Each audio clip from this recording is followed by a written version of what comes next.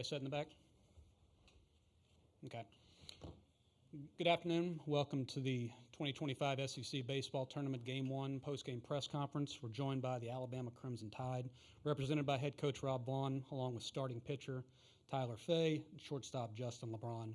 In a moment, Coach will make an opening statement, and then we'll take questions just for the players, please, and then we'll let them go, and then questions for Coach. Easton and Kinsley have microphones. Please wait, or raise your hand, wait to be called upon, identify yourself, and then ask your question. Coach, if you can give us a recap. Yeah, I mean, obviously you got to credit Missouri's arms and how they threw the baseball today. You know, I thought looking at their weekend last weekend, obviously you saw some tough scores for them, but you also see Horn and Libbert not throw, so you knew what Tuesday was going to look like when you got here. And they were as advertised. Man, they put you on for free a little bit. But, man, there wasn't a lot to hit, especially with Horn, man. It was 98 at the bottom of the zone, good breaking balls. They threw the ball well. They had some tough at-bats. They just couldn't quite get the big hit.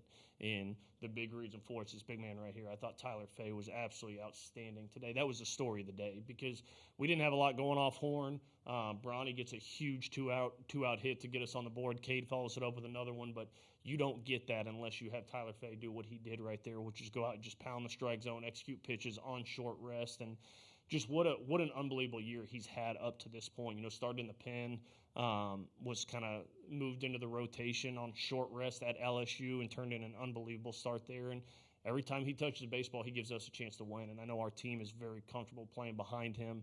Man, he just keeps getting better. He's a competitor. He's tough. He's all those things that you look for out of a starting pitcher. So I'm really proud of how he executed today, proud of how we kind of grinded that game out.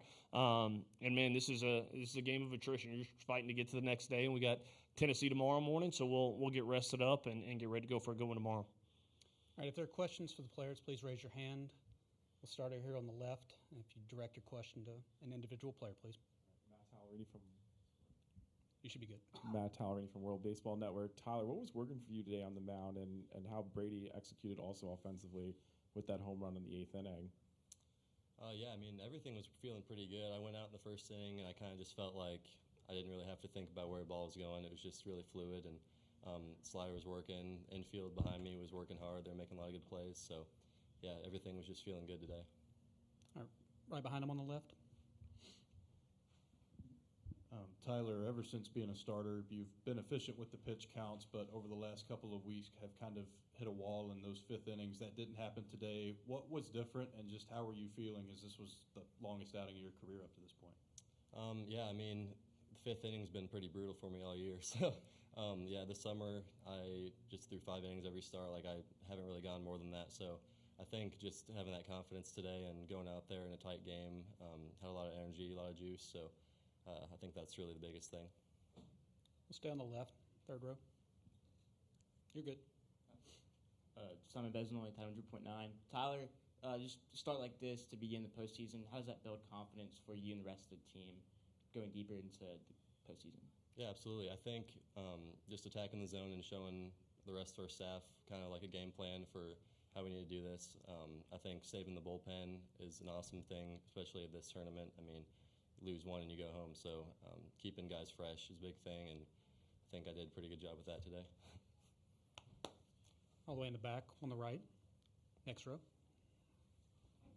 Hey, Justin, just kind of, can you just do that at bat when you got the two-out hit that kind of started, I guess, tied the game, and then obviously right after you guys took the lead? I mean, yeah, he made some pretty good pitches. I knew I had to fight, and kind of all year I've been put in that position to come up with the clutch hit, and recently I've been struggling a little bit.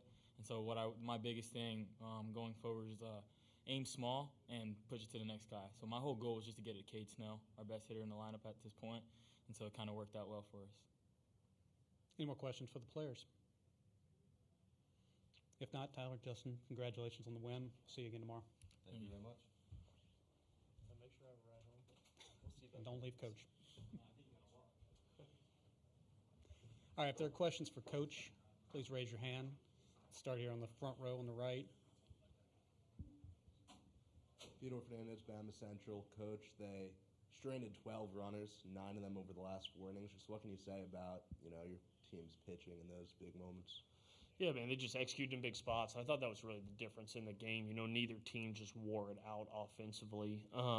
But man, they set up innings, and we were fortunate that, especially early there, that Braun comes up, Braun and Cage just back-to-back hits with 2 outs, and that's the hit that just eluded Missouri, and they set up some innings, they had some chance. I think the difference really in that whole thing is they put us on for free a decent amount, so we had a few more cracks at it, whereas our guys did a pretty good job. They were executing pitches and not a whole lot for free, and then just executing big spots. It's old guys, it's guys that have been there. Matt Heiberger, Braylon Myers, Carson Osmer, and then T-Fay was just outstanding, man. Love that kid and love how hard he's worked to get to this moment. That's what's really cool about it. So, just great job executing when it mattered, and we were fortunate to get 2 more big swings than they were, and that was really the difference.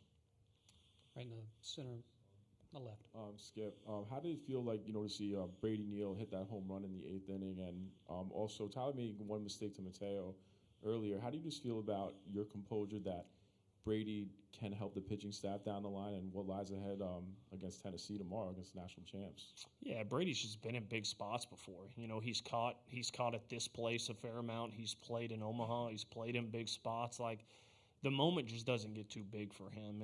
And I think, Brady had a tough start to the year. He'd be the first one to tell you offensively, just a really rough start.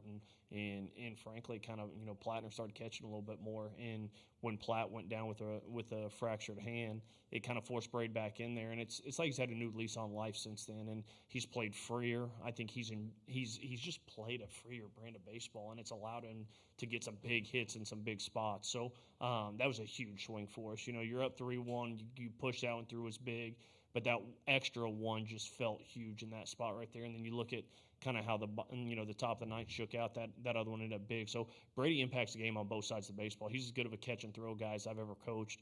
He's come a long way with his defense behind the plate, and has turned into just an elite defensive catcher. So I think how he can impact the game on both sides of the baseball is just experience. He's been there, and he's a special kid. I love that kid. Center of the room, 3rd row. Kim Rankin, Bama Central. Coach, I know you talked about it a little bit in your opening statement about Tyler Fay and his transition from the bullpen to the starting rotation kind of at the midway point through the season, but I wanted to ask a little more detail about what you've seen from his development, growth, and mindset through that process, from starting off shaky to, coming out and being able to do what he did today. Yeah, guys hear me say this all the time. Sometimes you just got to overcome the coaching. I've told them that 1,000 times, and I think a big part is getting Tyler Fay in the right role, his stuff just plays better there. We've tried him in the bullpen for a year and a half or a year and a quarter. We really tried him in the pen, and wasn't that he was bad, but he's a guy that's going to get balls put in play. I mean, it's a sinker. It's contact. It's weak contact. And when you're doing that with the bases loaded or bringing him into a jam, it's just a little different. He executes and gets a sinker, but it squeaks through the infield. All of a sudden, the mental game that this sport is thinks, man, I stink. I failed. I didn't do my job. When in reality, you did. It didn't work, But in a starting role, you just have a little bit more room for error there, and you have a little bit more, we want the ball put in play. I think that's what he said, it saves the bullpen. And just been really proud of how he's operated through this thing, because I'm sure he wanted to start at the beginning of the year, and we kind of went a different route, and he's never complained. He's never felt bad for himself. He's just continued to show up in whatever role we've asked him to fill, and done the best he can. And I feel like we finally got him in a role that is going to allow him to continue having success. And man, with him, Quick, and Zane, it gives you 3 guys that you feel really good about, giving you good starts and giving your team a chance to win, which is what it's all about. All right, in the back right. Coach, just what is the pitching plan for tomorrow, and just what do you want to see out of them, especially knowing there's 3 more days of the tournament after that? Yeah, I mean, we're going to go talk about it. We've talked about a lot of different scenarios, so we'll go talk about it. We don't know exactly who we're going to go with to start. I know Riley Quick is knocking on our door trying to get into that starting role tomorrow, and so we'll try to make the smartest decision we can. We got a really good Tennessee team here that is comfortable playing in the postseason, that's done that. I mean, we know how dangerous that lineup can be. So at this time of year, it's all hands on deck, and that was part of, we're able to get Braylon Myers out of the game, before 30 pitches to kind of hopefully roll him back soon. He's been so good out of there for us. So it'll be all hands on deck tomorrow. We'll go take a shower, go eat some lunch, and we'll sit down and talk about kind of what we think the best matchup for the Vols is tomorrow. All right, we've got time for 1 or 2 more right here on the 3rd row on the left. Will Miller, Bama Central. Coach, talked about it yesterday before you guys came down here. When Tyler does something like he did today, it really opens up what you're able to do on the mound. Just what's your reaction to that, and just how much more flexibility that the stable has now. Yeah, I mean, I remember when we were talking about who we wanted to start today, and Tife didn't throw a whole lot of pitches down at Florida. He was kind of like today, was really efficient. We got him out kind of early, so he didn't throw a ton of pitches down there. So, and Mo was joking, he said, "Man, last time we threw him on short rest, he was pretty darn good," which was at LSU. So, so I think we didn't know quite what we were going to have today. We were hoping, man, he can help us get out of the gate. That's what we really wanted. I think the starting pitcher just sets the tone for the day, and if you get balls, if you get guys getting lit up all over the place, it can kind of set the tone for a messy game, especially a 9:30 game. And so we knew Tife would give us a good start. We were hoping he could come out and give us 3 or 4 clean, and then you look up after 6 clean, 1 run, like couldn't ask for more out of him. So it gives you a chance. Like you have to empty the bullpen today. That could be a tough one tomorrow, but it gives you a chance tomorrow to set some things up and to try to match some things up and see what you can do. All right, last one, front and center. Joe Ely, D1 Baseball. Coach, I'm sure you can empathize with how Missouri's fought it all year.